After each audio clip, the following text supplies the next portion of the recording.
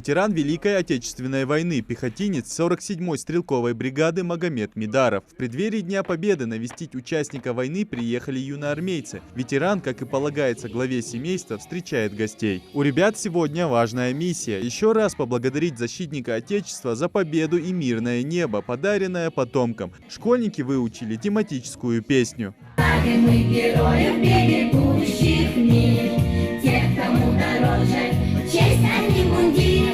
Несмотря на возраст, дедушка до мелочей помнит свой военный путь и охотно делится воспоминаниями со школьниками. Подрастающему поколению ветеран дает наставление – учиться и достойно переносить все тяготы.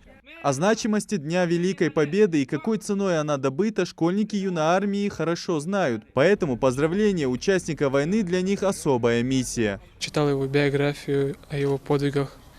И я сегодня очень рад, что мне посчастливилось лично к нему прийти и пожелать ему здоровья. Мы были очень рады, что смогли к нему приехать. Всем отрядам приготовили для него подарки.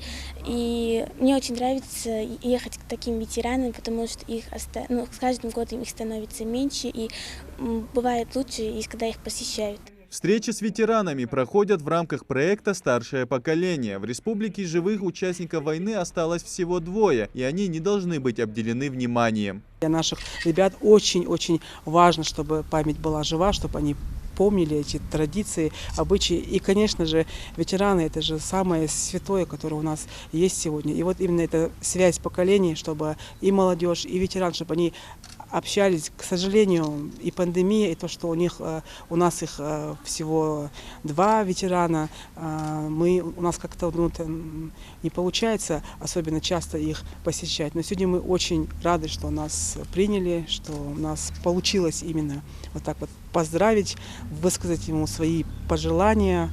Получить памятные подарки и красочное поздравление от детей вдвойне приятно, отмечает ветеран. Ведь они поколение, которое должно пронести эту память и передать ее своим потомкам. Школьники и сами понимают, какая ответственность ложится на них.